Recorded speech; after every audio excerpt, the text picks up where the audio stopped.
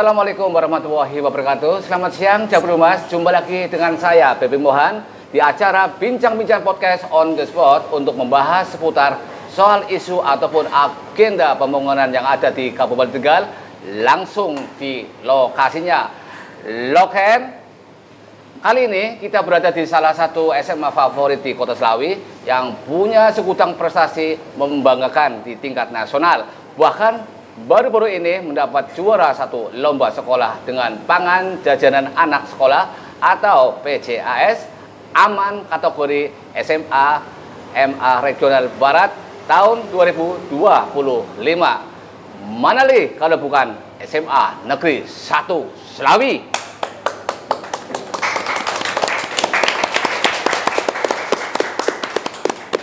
Jabar Humas, tentunya prestasi ini menjadi bukti nyata komitmen dan kerja keras sekolah dan Siptas dalam mewujudkan lingkungan belajar yang sehat, aman, dan mendukung tumbuh kembang peserta didiknya. Namun, untuk sampai ke titik ini tentu ada proses panjang yang sudah dilalui.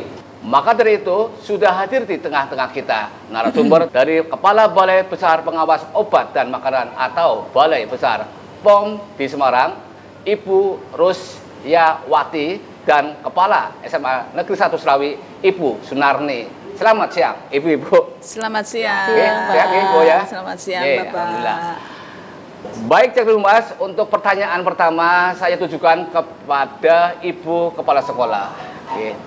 Bu, kalau kita lihat di belakang Ibu ini ada kantin sehat, tidak hanya menyediakan pilihan makanan yang sehat dan bergizi, tapi saya dengar juga sekaligus membantu menyadarkan siswanya mengontrol asupan kalori. Pertanyaannya, gimana sih ceritanya awalnya bisa membuat konsep kantin sehat ini sampai berhasil menjadi juara terbaik 1 PJAS Aman Regional Barat tingkat SMA? Bagaimana perasaan Ibu? Monggo, Ibu. Terima kasih, Bapak. Assalamualaikum warahmatullahi wabarakatuh. Waalaikumsalam warahmatullahi wabarakatuh. Memperkenalkan diri, saya Ibu Sunarni. Kebetulan saat ini diberikan amanah sebagai Kepala SMA Negeri 1 Slawi. Pada siang hari ini kami sampaikan terima kasih kepada Kepala BPOM Semarang yang saat ini hadir dan sekaligus beserta jajarannya telah mensupport SMA Negeri 1 Slawi, dan alhamdulillah sampai prestasi tertinggi di puncak sebagai juara 1 lomba pangan jajanan anak sekolah aman, keamanan pangan jajanan anak sekolah di tingkat nasional. Prestasi ini tentunya sangat membanggakan. Kemudian juga kami menyampaikan terima kasih kepada pemerintah Kabupaten Tegal, Bapak Bupati dan jajarannya, Dinas Kesehatan, Puskesmas yang juga sudah mensupport, dan seluruh warga SMA Negeri 1 Slawi. Karena warga SMA Negeri 1 Slawi ini adalah bagian terpenting untuk mewujudkan sekolah sehat dan bagaimana memberikan edukasi, memberikan pemahaman baik kepada warga sekolah, siswa, maupun kepada orang tua siswa, sehingga sekolah itu bisa mewujudkan betul-betul bisa mewujudkan sekolah sehat, kemudian bisa mewujudkan keamanan pangan untuk siswa dan seluruh warga SMA Negeri 1 Slawi. Sedikit bercerita, Bapak. Jadi benih dari PJAS ini itu adalah 2 tahun yang lalu SMA Negeri 1 Slawi itu mendapat juara 1 lomba sekolah sehat di tingkat provinsi Jawa Tengah. Ini juga prestasi yang sangat luar biasa. Lah kemudian kantin, walaupun kantin ini sederhana di belakang ini, kami juga menyampaikan terima kasih kepada pengelola kantin. Ini walaupun sederhana, tetapi alhamdulillah kantin SMA 1 Slawi ini juga juara 2 kantin sehat di tingkat nasional, Bapak. Jadi ini prestasi yang membanggakan. Lah kemudian sebelum SMA 1 mendapatkan predikat sebagai juara 1 lomba PJAS di tingkat nasional, SMA 1 juga meraih penghargaan Nutrition Go to School di level mandiri, kami juga diundang ke Jakarta saat itu untuk mendapatkan penghargaan begitu. Kemudian di samping itu juga prestasi siswa yang sangat luar biasa. SMA 1 Selawi itu mewakili Jawa Tengah di Duta Genre, maju ke tingkat nasional karena juara 1 Ibu. Kemudian juga kemarin OSN juga juara 3 di tingkat nasional, jadi memang prestasinya sangat membanggakan. Kemudian Duta Narkoba itu juga putra-putri juga juara 1, begitu. Lah, kenapa perasaan bagaimana? Tentunya kami merasa bangga saat mendapatkan penghargaan. Saya kebetulan didampingi Wakakurikulum dan tim PJAS sekolah itu hadir ke Jakarta. Saya saat diundang dan diumumkan sebagai juara 1, ini merasa terharu, kemudian merasa bangga karena bisa membawa nama Jawa Tengah di level nasional. Jadi sekali lagi matur nuwun sanget Ibu sudah mensupport kami, kemudian pemerintah Kabupaten Tegal, karena kami ingat waktu itu Pak Bupati juga membuat video dukungan Ibu. Iya. Jadi matur nuwun Pak Kepala Dinas Kesehatan, Kepala Puskesmas. Jadi kita disupport oleh banyak pihak, termasuk Ketua RT RW pada saat wawancara itu hadir, lengkap, alhamdulillah. Ketua PKK sampai hadir semua, alhamdulillah. Ini kolaborasi lah, sehingga haru, bangga pada saat kami diundang ke panggung. Saya diundang ke panggung tanpa terasa itu berderai air mata Ibu. Berderai air mata karena apa? Karena meraih prestasi di tingkat nasional ini bukan sesuatu yang mudah. Kami ingat betul, kami ingat betul perjuangan teman-teman Ibu, mulai dari mewujudkan sekolah sehat yang juara 1 di tingkat provinsi Jawa Tengah. Padahal kita bersaing dengan sekolah-sekolah yang ada di kota. Tetapi alhamdulillah SMA 1 bisa juara 1. Lah, kami ingat teman-teman Bapak, teman-teman itu, tim kami itu memang solid. Ini bukan hanya kerja kepala sekolah, tetapi ini adalah kerja bareng, tim solid yang memang, tim sekolah itu yang memang sangat solid. Kami tidak hanya berjuang dan bekerja keras, tetapi kita saling menguatkan, saling menguatkan.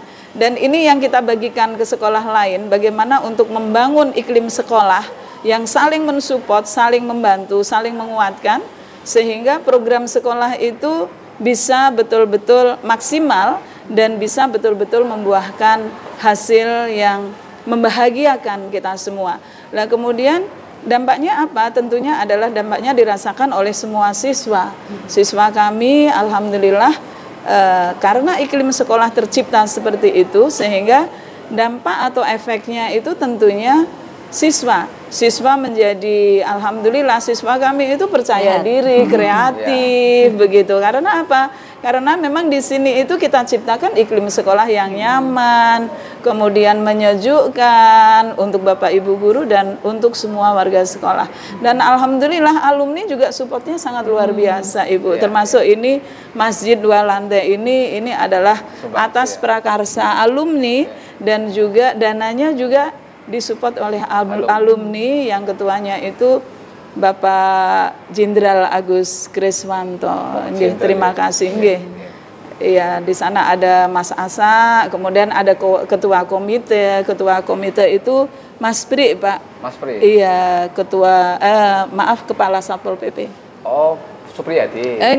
Mas Pri. Saya memanggilnya Mas Pri karena saking dekat. Iya, Supriyadi. Kita memang membangun kolega itu tidak hanya bermitra di kerja, tetapi kita sampai ke hati, Bapak. Dengan teman-teman juga seperti itu, sehingga kita kerja itu betul-betul bergerak dengan hati. Kita punya slogan itu, bergerak dengan hati, memajukan Semansawi, memajukan pendidikan. Begitu, Bapak.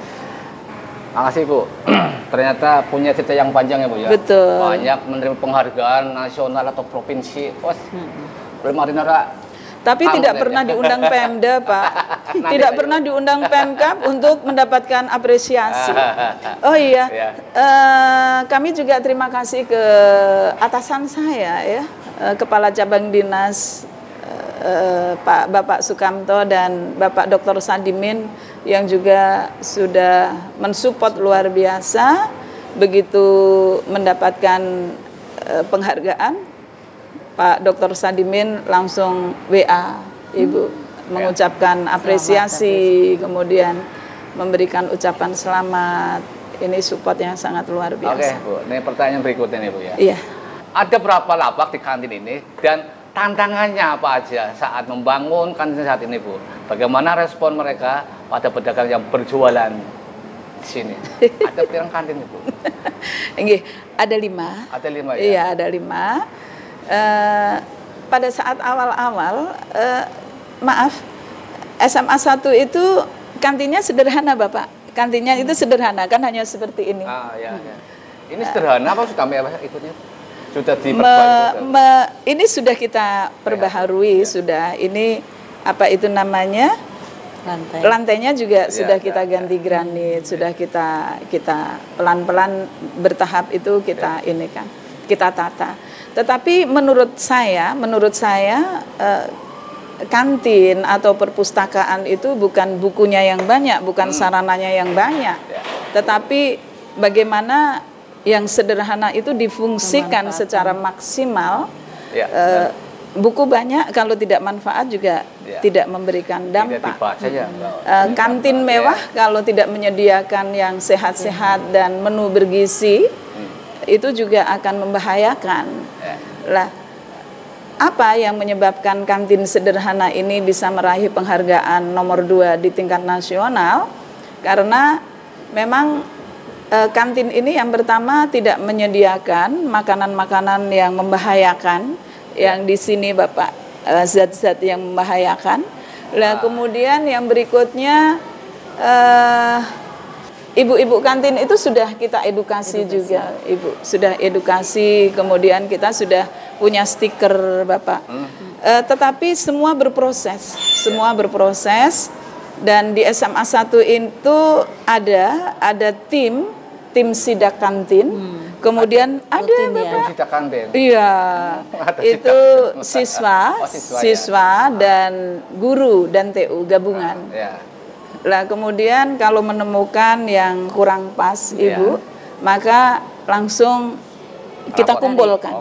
Iya. Dibina jadi, lagi. Betul. Jadi memang berproses. Terus. Lah, nggih. Terus di samping itu juga kantin itu ada rapot kantin. Ada rapotnya, Bu ya? Iya. Kayak siswa saja. Betul.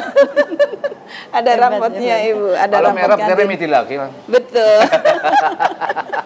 Ada rapat kantinnya, jadi memiliki rapat kantin, ada tim sidak, Ibu, ada tim sidak ya, tim memantau itu, walaupun pelan-pelan Bapak, kadang yang namanya kita mengurusi hampir 1.000 siswa Ibu, kadang Bu, gini, Bu, berproses. kalau ada kantin yang merah, rapotnya merah, apa yang dilakukan dari sekolah? Alhamdulillah, ibu-ibu kantin itu sampai detik ini masih mendengarkan kita, Bapak. Masih taat. Iya. Jadi kalau kita menemukan misalnya kopi, kemudian apa itu namanya mie instan, itu memang tidak diizinkan, atau kemasan botol, kita memang adiwiyata juga, Ibu. Sehingga sekaligus saya sampaikan bahwa di SMA 1 ini kebetulan sekolah adiwiyata nasional, Bapak. Sekolah adiwiyata nasional, sehingga kita punya komitmen tinggi bahwa kita mengurangi sampah plastik. Kita mengurangi sampah plastik karena kita sadar betul bahwa sampah plastik itu tidak bisa diurai. Tidak diurai. Dan itu mencemari lingkungan. Lah sehingga setiap kegiatan ataupun di kantin ini tidak ada yang namanya minuman dalam kemasan plastik, termasuk minuman-minuman yang membahayakan, yang berkadar gula tinggi dan sebagainya, begitu. Tadi Ibu Kepala Sekolah menyinggung soal eksistensi kantin sehat untuk menghadirkan pangan aman bagi civitas sekolah. Nah, untuk ini saya bergeser ke Ibu Rustiawati. Apa sih Ibu, Ibu definisi pangan yang aman itu? Pangan yang aman itu harus terbebas dari 3 unsur ya. Pertama, bahaya. Jadi kita mengenalnya itu jangan sampai ada 3 bahaya gitu. Pertama, bahaya kimia. Ya, kemudian kedua bahaya mikrobiologi, dan ketiga bahaya fisik. Ya. Nah itu harus bebas dari itu baru kita bisa katakan pangan itu aman. Bahaya tadi kan bahaya kimia, misalnya nggak boleh ada bahan-bahan berbahaya yang terkandung di dalam pangan tersebut ya. Ini contoh nih kita sudah tunjukkan. Ini adalah salah ini satu. Boleh diambil, boleh. Contoh boleh. Ini. Silakan. Nah itu bahaya kimia. Ini kita udah berdasarkan dari hasil pengawasan kita, ini mengandung tes coba. pewarna tekstil, namanya rodamin B, Pak. Rodamin B ya. Memang warnanya cantik ya, pink seperti ini. Ini bisa menarik warnanya ya, Pak. Menarik ya. Warnanya menarik sekali. Jadi ini bisa diidentifikasi sebenarnya pakai UV ya. Biasanya kalau pewarna tekstil ini fluoresan, jadi dia berpendar ya. Mungkin kalau ini contoh ini kayaknya nih lebih jelas ya. Nah, kamera, Bu. Nah ini ya, langsung ini menyala. Namanya fluoresan, berfluoresensi. Nah ini rodamin B, jadi ini pewarna tekstil sebenarnya. Mengandung bahaya ya, Bu. Mengandung ini sebagai bahan berbahaya ya. Jadi nggak boleh. Ya. Nah karena kan tidak bisa diurai oleh tubuh, makanya tidak boleh ada di dalam makanan. Itu tadi bahaya kimia ya. Kemudian ada lagi bahaya biologi. Bahaya biologi itu mikroorganisme yang patogen kan. Sekarang kan kadang-kadang ada kasus keracunan ya, keracunan yaitu mengandung mikrobiologi mikroba yang patogen. Jadi mikroba itu sebenarnya ada yang baik, ada yang nggak baik. Yang baik tuh kayak kita produk yang suka kita minum fermentasi susu fermentasi itu kan mengandung mikroba yang baik. Nah yang nggak baik ini biasanya dia bisa menyebabkan keracunan, ya.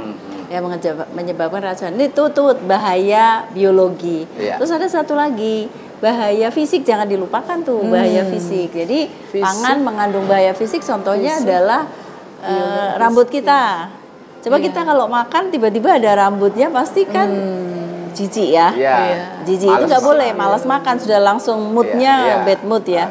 Nah itu memang nggak boleh. Kenapa rambut nggak boleh? Karena rambut itu sebenarnya juga mengandung kuman juga. Di samping tadi jijik tadi, dia kotor ya, mengandung kuman ya. Nah itu terus nggak boleh juga misalnya di dalam makanan itu kita sering melihat pangan-pangan siap saji itu mengandung, dia pakai staples. Staples ya. Staples ini bahaya, nggak boleh ya. Karena sering kita buka itu terus kita nggak tahu lompat gitu ikut ke makan, masuk ke makanan terus ikut ke makan, nyangkut itu kan bahaya. Masih lebih baik pakai pakai isolasi ya, Bu. Isolasi boleh. Isolasi kan lebih terus bisa juga yang dari lidi dari babu dipotong-potong, piting kalau bahasa ininya daerahnya biting ya. Zaman dahulu kan kalau sekarang biting. Biting ya kalau di Indonesianya apa itu yang bisa kita pakai tusuk gigi itu ya. Terus dipakai gitu. Nah, itu lebih aman karena itu bendanya gede gitu. Jadi ngelepasnya kan gampang kelihatan. Tapi kalau pelotin lah cari nggak mungkin. Karena bendanya gede. Tapi kalau yang staples itu sering kita lepas nggak ngerti larinya kemana gitu. Ternyata masuk ke makanannya. Nah, ini nggak boleh ya. Jadi selama makanan itu terbebas dari unsur 3 tadi, maka kita boleh katakan aman ya, Bu ya. Makanan itu aman. Simpelnya seperti itu. Bu, ini kan katanya dia mengandung rodamin B gitu. Iya. Kalau sering memakan yang mengandung zat kimia, akibat untuk tubuh apa, Bu? Nah, kan karena rodamin B itu adalah zat kimia yang berbahaya, kita kategorikan berbahaya. Kenapa berbahaya? Karena memang di dalam tubuh itu dia nggak bisa diurai. Semua makanan, semua yang kita konsumsi dalam tubuh itu kan harusnya tubuh mengurai. Setelah tidak dipakai, setelah dipakainya misal gizi gitu kan dipakai untuk gizi tubuh ya. Tapi ada semua itu mesti harus diurai oleh tubuh, dikeluarkan lewat air seni. Kalau rodamin nggak bisa ngendap. Itu nggak bisa. Ngendap ya, Bu? Iya, dia nempelnya terserah nanti, makanya dia menimbulkan kanker itu tadi. Oh, kanker ya? Iya. Akibat rodamin. Akibat itu, karena dia nggak bisa keluar, jadi dia akan nempel di dalam tubuh kita gitu. Bu, nih, jika mendengar penjelasan Ibu terkait ciri-ciri makanan yang berbahaya dan masih adanya temuan makanan tersebut di pasaran, lalu sejauh mana sih program apa aja yang bisa menjamin keamanan pangan dari Balai Besar POM Sejauh mana sanksi bagi produsen dan pengedar makanan yang berbahaya tersebut?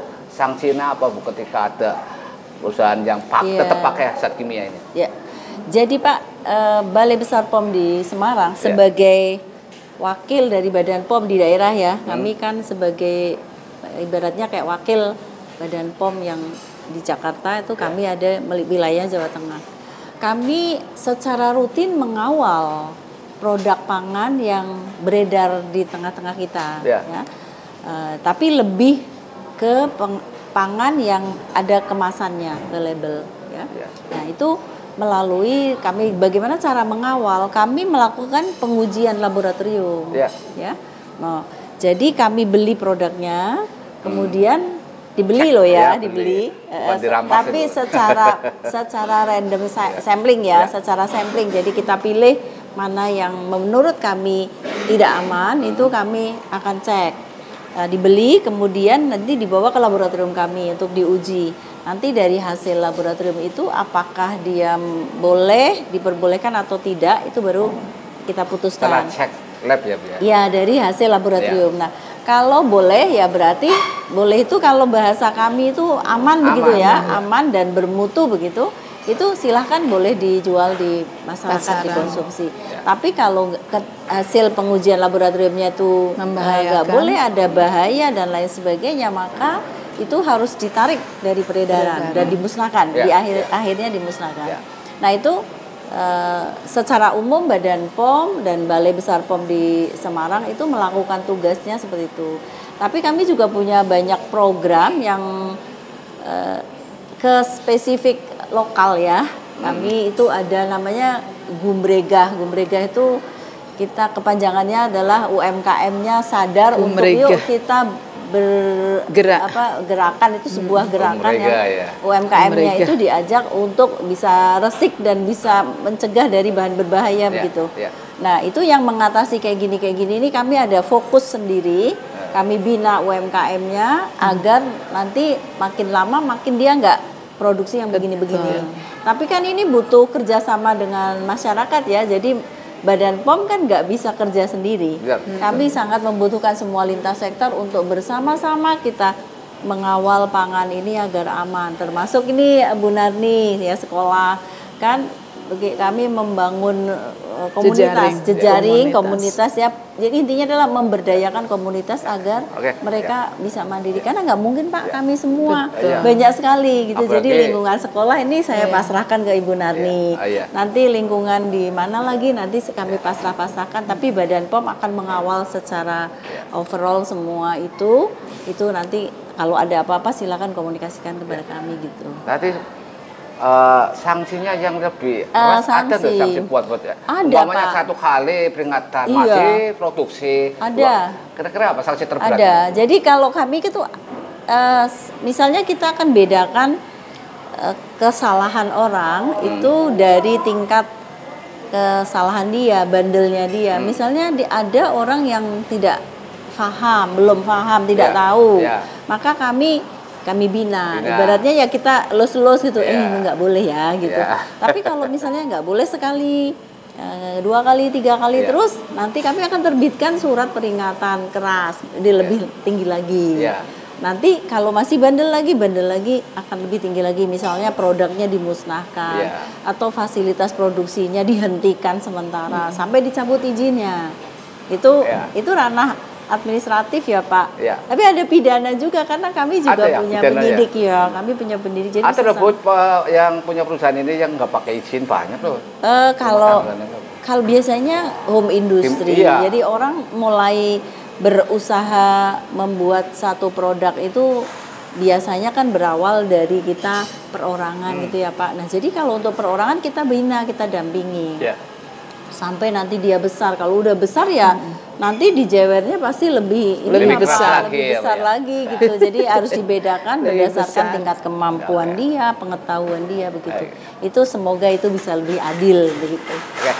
Baik Cek Lumas, sebelumnya tadi kita mendengar banyak inovasi yang sudah diterapkan oleh Ibu Sunarni dan kawan-kawan untuk membangun dan menjaga agar kantin ini tetap sehat. Apa sih Bu dampak dari adanya kantin sehat ini? Apakah siswanya jadi tidak mudah sakit atau apa? Kan biasanya pangan sehat itu kurang diminati karena tidak pakai penguat rasa, juga pewarna yang tidak ngejreng. Orang mengira butak lah ya, Bu. Dampaknya apa, Bu? Kantin sehat ini dengan siswa tentunya. Iya. Dampak secara real yang saya amati, ini yang saya amati itu anak-anak memang pada saat upacara itu juga jarang yang pingsan, Bapak. Jarang yang pingsan. Iya, jarang yang pingsan atau jarang yang mundur lah. Itu yang secara real, betul sekali. Artinya kesehatan anak-anak itu menjadi lebih terjaga dan terjamin, begitu. Nah, kemudian yang dampak lain yang bisa dilihat tentunya anak-anak ini edukasi kesehatan itu kan tidak hanya untuk diri sendiri dan makanan sehat juga, tetapi anak-anak punya ilmu, punya wawasan yang bisa dibagikan ke orang lain, ke temannya, ke keluarga, ke tetangganya. Ya, ini sangat penting untuk mengedukasi dan menyebarkan. Begitu, Bapak. Oke, Bu. Ini kan sedikit ilmu, Bu, ya. Barangkali ini sekolah lain mau meniru kantin sehatnya SMA 1 Slawi. Kiat-kiatnya apa sih, Bu, untuk membuat kantin yang sehat? Biar nanti SMA yang lainnya bisa meniru. Apa kiatnya? Alhamdulillah Bapak Ibu, SMA 1 Slawi itu sampai saat ini banyak dikunjungi sekolah lain.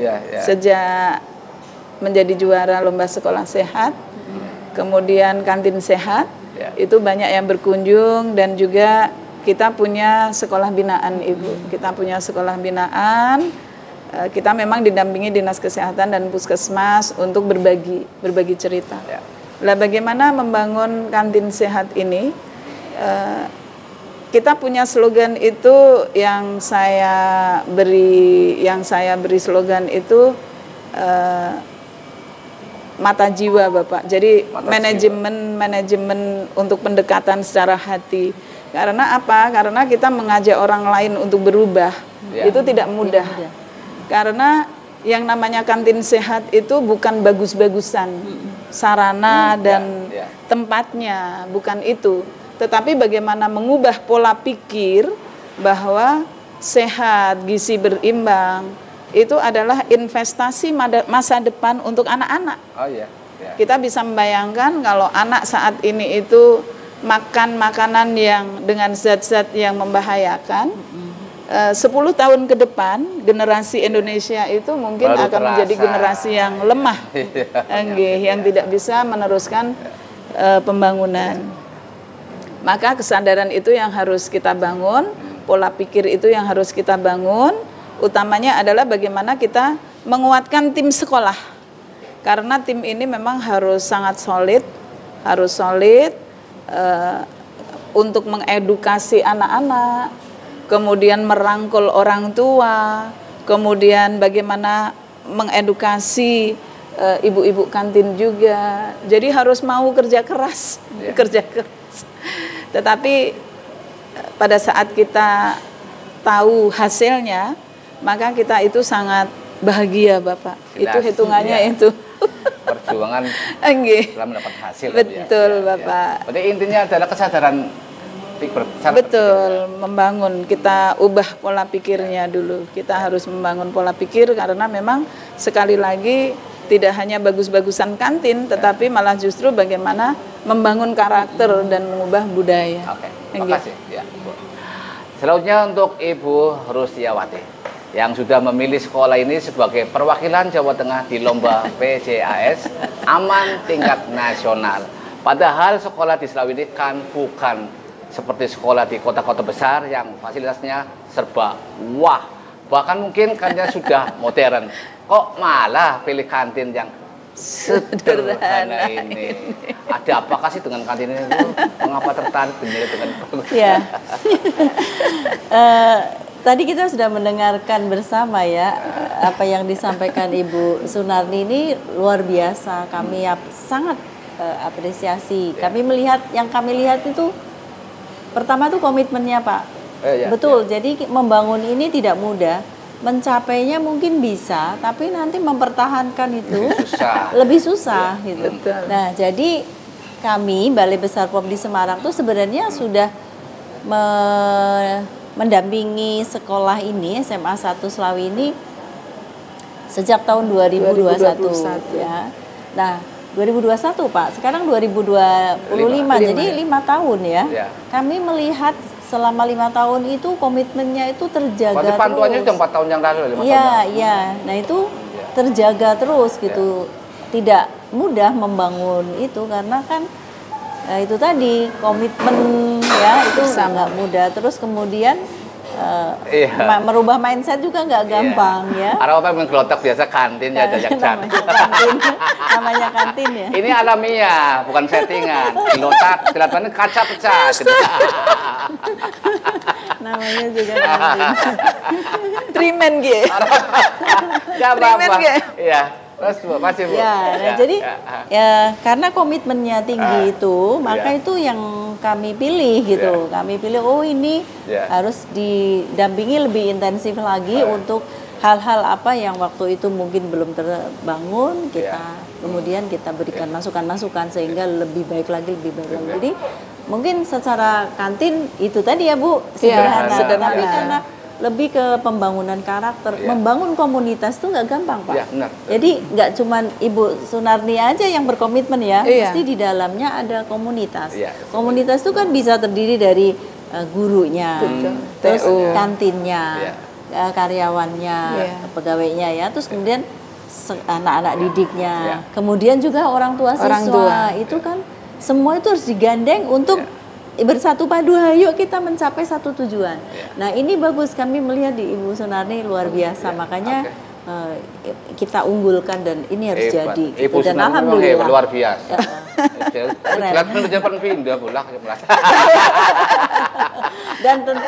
dan tentu kami juga terima kasih nih ke pemerintah daerah Bupati Slawi, Bupati Tegal ya, Tegal, kemudian juga Kepala Dinas Kesehatan, Kepala Dinas Pendidikan, dan seluruh jajaran yang ada ya, juga semua yang ada di sekolah ini, itu terima kasih. Kami melihat dengan support yang luar biasa tersebut Pak, itu juga menjadi nilai tambah kami juga semangat untuk bisa menjadikan sekolah ini adalah sekolah terbaik gitu. Dan ternyata kan tadi disampaikan ya udah menang di ini, dan itu udah berarti udah mental juaranya dapat gitu. Nah itu.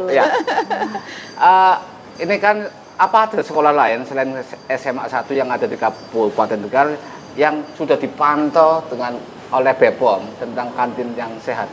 Selain di sini? Ada banyak Pak. Ada banyak. Banyak karena kami kan program pangan jajan anak sekolah ya atau PEJAS ini sudah di launching itu sejak tahun 2011. Jadi sudah berapa tahun tuh 14 tahun 14 ya sampai tahun dengan sekarang. Jadi seluruh Indonesia dan kami juga wilayahnya Jawa Tengah. Jadi nggak cuma di SMA Negeri 1 Slawi saja, tapi juga ada seluruh Jawa Tengah kami sudah mendampingi Tapi ya itu ada yang bisa mencapai juara seperti SMA Negeri 1 ini. Ada juga yang berhenti di nominator, ada juga yang berhenti di pendampingan doang gitu Pak. Nah itu. Jadi memang kembali ke komitmennya harus betul-betul dibangun. Kalau enggak ya udah berhenti aja gitu. Balai Besar POM sebagai pengawas obat dan makanan dituntut mampu mendeteksi dan mencegah adanya bahan berbahaya dalam produk makanan. Apakah Balai BPOM punya strategi khusus untuk ini? Untuk mendeteksi atau mencegah penggunaan bahan berbahaya di produk pangan oleh produsen. Silakan Bu. Ya, sebagaimana yang tadi saya sudah jelaskan ya Bapak, bahwa kami punya strategi ya secara umum Badan POM melalui tadi sampling, diuji di laboratorium dan juga kemudian hasil pengujiannya itu akan kita jadikan dasar produk itu boleh diedarkan atau tidak. Kalau mengandung bahan berbahaya pasti pabriknya udah kami suruh berhenti dulu, ditutup, dicabut izinnya atau mungkin berhenti sementara gitu. Itu mekanisme itu kami sudah ada. Nah, gitu. Kan gimana Bu, di kabupaten kan banyak pengrajin pangan. Pangan. Yang mungkin mengandung rodamin atau bahan yang berbahaya lainnya. Adakah yang apa? Mungkin saya ini masih produksi loh Bu ya. Tapi kan sering kali pakai bahan berbahaya. Iya, berbahaya. Gimana BPOM memantau ini? Memang agak sulit ya, masyarakat kita banyak home industri atau UMKM yang mikro-mikro itu itu banyak sekali, apalagi dengan adanya pandemi kemarin itu masyarakat kita itu banyak bertumbuh UMKM baru. Yang tadinya ibu rumah tangga biasa ada peluang pasar, terus akhirnya bisa membuat produk-produk makanan. Tapi di antara itu tentunya ada yang masih menggunakan bahan berbahaya. Ya pasti kami tindak, Pak. Pasti kami tindak. Jadi kami harus adil. Orang pelaku usaha yang taat pada peraturan dan dia komitmen terus, itu pasti kita akan lindungi dia. Nah, tetapi sebaliknya yang tidak taat ya kita akan lakukan penindakan sesuai dengan ketentuan yang berlaku. Jadi pasti ada tindakan tuh. Nah, masalahnya kadang-kadang mungkin kan jumlahnya semakin besar, kami terbatas sumber dayanya. Oleh karena itu kami bergandeng tangan, Pak, yang seperti ini ya, dengan sekolah, dengan dinas-dinas lain. Itu sama-sama yuk saling melihat, kalau ada nanti kita bisa turun bersama, bisa dilaporkan ke kami. Jadi kami buka kanal-kanal banyak yang sehingga enggak kami saja yang ngawasin, Pak. Jadi masyarakat pun kita didik untuk menjadi masyarakat yang cerdas begitu. Jadi bisa membantu kami. Ya, Bu. Saya tertarik dengan sanksi atau tindakan hukum yang diberikan kepada produsen atau pedagang yang terbukti menjual produk makanan yang tidak aman.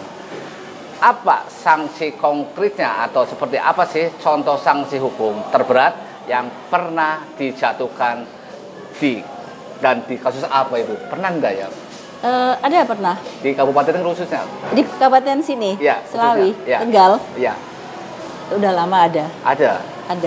Kan betul. Apa masih produk lagi? Semoga sudah tidak ya. Semoga. Tapi kami kan akan pantau terus gitu. Dan kami melibatkan masyarakat kalau misalnya tangan kami nggak nyampe, masyarakat tuh kami harapkan untuk bisa memberikan masukan ke kami. Informasi, oh itu masih bandel gitu. Si bandel. Semoga sih tidak ya, semoga tidak. Tapi kami menerima masukan dari masyarakat tadi. Kalau misal mendengar masih nakal, silahkan hubungi Balai Besar POM di Semarang. Padahal kan Balai Besar hanya di provinsi ya, Bu ya? Iya, tapi di kabupaten kota ini mau ya, Bu. Kami di wilayah Jawa Tengah itu ada 3 kantor, Bapak. Yang terbesar itu di Semarang karena itu kan ibu kota provinsi. Terus kemudian muncul lagi tahun 2018 di Surakarta dan di Banyumas 2. Nah, semoga di baru 3 ya, Bu ya? Baru 3. Kerja berat berarti, Bu? Kerja berat. Ya, makanya kami gandeng-menggandeng, Pak, dengan pihak-pihak lain. Nah, semoga tidak berapa lama, semoga ya di kabupaten ini ada. Contoh sanksi hukumnya, Bu. Contoh sanksi hukum lainnya selain di Kabupaten Tegal, ya mungkin Jawa Tengah lah pada umumnya. Sanksi terberat. Sanksi terberat itu berdasarkan undang-undang, undang-undang pangan ya. Kita bicara pangan ya, Pak. Undang-undang pangan itu adalah pidana penjara. Penjara maksimum 2 tahun atau kalau denda diganti denda maksimum 4 miliar. Ada itu penjara kan pernah? Tidak sampai kalau 2 tahun. Ini juga kami sangat mengharapkan sebenarnya memang sanksi itu diberikan seberat-beratnya ya. Karena memang dia udah nakal ya, udah masuk ranahnya kejahatan, dia jahat. Kecuali kalau pelanggaran yang kecil-kecil ya oke, mungkin apa-apa kita agak lindungi, tapi kalau udah kejahatan kami sangat berharap untuk bisa diberikan sanksi yang seberat-beratnya sesuai dengan undang-undang yang berlaku. Kalau sering sidak Mbak BPOM, artinya sidak ke supermarket, mall dan sebagainya. Jadi sebenarnya Badan POM, kinerja Badan POM ya Pak, itu kami termasuk ya Balai Besar POM di Semarang ini, kami itu melakukan sidak itu tiap hari. Tiap hari ya? Iya, petugas kami pasti ada di lapangan tiap hari. Namun karena wilayah kami itu ada di Jawa Tengah, tapi sudah tinggal 26 kabupaten kota ya Pak, karena sudah ada kantor di Solo, dan kantor di Banyumas. Jadi sudah berkurang 9 kabupaten, kami tinggal 26. Nah, dari 26 itu kami sidak tuh tiap hari. Tiap hari, Bu? Ada tiap hari. Termasuk di sini juga kabupaten? Iya, tiap hari. Tapi kan giliran gitu. Tiap hari ada. Namun ini untuk teman-teman. Namunnya ini. Namun sebentar. Ya, namun kami tidak akan publish itu. Tidak akan publish karena biarkan kami bekerja sesuai dengan regulasi yang ada. Nanti hasilnya baru akan kami publish secara berkala. Nah, di saat-saat tertentu misalnya Lebaran, tahun baru, Natal, itu ada namanya intensifikasi. Jadi kami sama setiap hari turun, tapi mungkin lebih fokus, lebih intensif gitu. Karena pada saat itu adalah kebutuhan pasar meningkat. Jadi kami pun harus meningkat gerakannya. Tapi jangan sampai ada pertanyaannya adalah kenapa nggak tiap hari meningkat begitu? Kolab Pak kitanya. Jadi kan itu ada saatnya yang kita itu bergerak cepat dan lain sebagainya. Tapi secara rutin kami turun di lapangan setiap hari. Begitu. Termasuk ini ya Kabupaten Tegal ya? Termasuk Kabupaten Tegal. Ya. Ibu, di beberapa kali kesempatan pemerintah Kabupaten Tegal ini menggelar pemeriksaan keamanan pangan dan menemukan kandungan bahan berbahaya di pasar-pasar tradisional ataupun swalayan. Dan saat ditelusuri, sumber pangan ini berasal dari luar kota atau bahkan provinsi yang tentunya ini menjadi kesulitan tersendiri untuk menindak pelakunya yang lintas daerah atau provinsi. Gimana BPOM mensikapinya? Pasti terjadi seperti itu karena namanya pangan atau produk itu tidak dibatasi dia di Kabupaten Selawi beredarnya harus di Kabupaten Selawi enggak, pasti dia akan mencari pasar yang lebih besar. Nah itu satu yang wajar dan Badan POM juga bergeraknya seperti itu Pak. Kami meskipun pekerjaan kami dilingkupi wilayah kewilayahan ya Jawa Tengah begitu, tetapi tidak tertutup kemungkinan produk itu nyebrang provinsi yang lain. Nah, disitulah kami koordinasi dengan UPT, kami namakan UPT ya, Unit Pelaksana Teknis Badan POM. Atau jadi kantor kami itu ada di Semarang, nanti ada lagi di Surabaya, ada di Kediri, di Jember, begitu. Nah, itu kami koordinasi di mana produk itu pabriknya ketemu dan melanggar, nanti kami koordinasi dengan kantor setempat. Jadi jangan khawatir. Nah, oleh karena itu bahwa pengawasan itu memang desentralistik kita nggak ada desentralisasi pengawasan ya Pak, karena biar tidak ada dikotomi regulasinya beda-beda begitu. Jadi kita satu komando untuk Indonesia ya Indonesia begitu. Oke. Pernah nggak Bu dari Dinas Kesehatan setelah sidak pangan tadi ada yang menemukan produk dari luar wilayah yang dari kami kan susah untuk menindak. Mendapat laporan dari Dinkes ini, Bu, ini ada produk yang berbahaya dari provinsi ini, dari kota ini. Pernah enggak itu? Ya ada. Ada ya? Ada, banyak juga yang seperti itu. Nanti kami mekanismenya begini Pak. Jadi misalnya kan Dinkes melaporkan ke kami, nanti kami akan telusur dulu, cek dulu di wilayah kita dulu. Mana sumber informasi pertama, kita buktikan. Jadi kami nggak mau hanya wacana atau semacam pendapat begitu. Kami harus cek faktanya seperti apa. Nanti kami akan turun ke sarana tersebut di wilayah saya. Kemudian mendapatkan informasi, oh sumbernya dia belinya dari Jawa Timur, misalnya dari Surabaya. Nanti kami buat surat koordinasi Surabaya. Tapi itu semua rahasia ya Pak, biar rahasia. Harus dibuktikan dulu Pak. Itu rahasia Pak. Nanti baru kalau sudah final, baru kita bisa publish gitu. Oke, makasih. Harus dibuktikan dulu. Bukti salah baru Iya, baru salah baru kita bisa publish. Upaya mewujudkan pangan aman ini kan tidak hanya semata penegakan hukum bagi yang melanggar undang-undang pangan, tapi bisa juga ketidaktahuan produsen ataupun pedagang.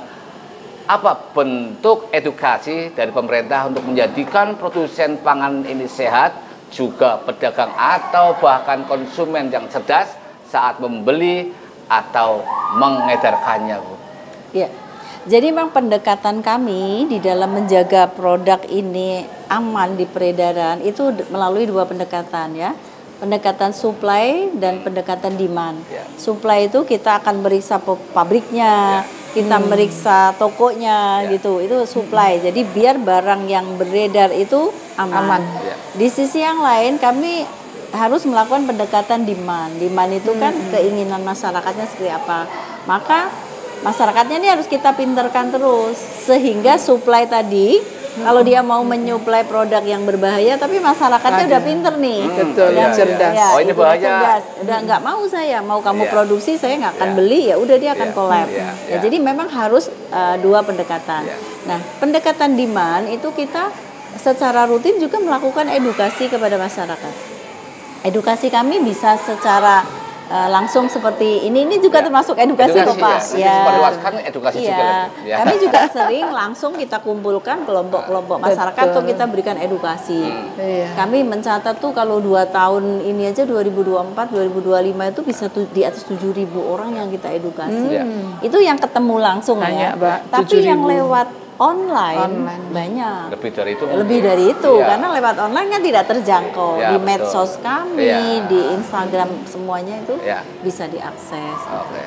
Baik Ibu, memasuki sesi akhir perbincangan kita di siang ini, kiranya Ibu bisa ditutup dengan closing statement atau pesan-pesan yang ingin disampaikan. Monggo, yang pertama kepada Ibu Kepala Sekolah dulu, pesan apa yang ingin Ibu sampaikan kepada role model kantin sehat yang sudah diakui prestasinya di tingkat nasional ini? Silakan Ibu.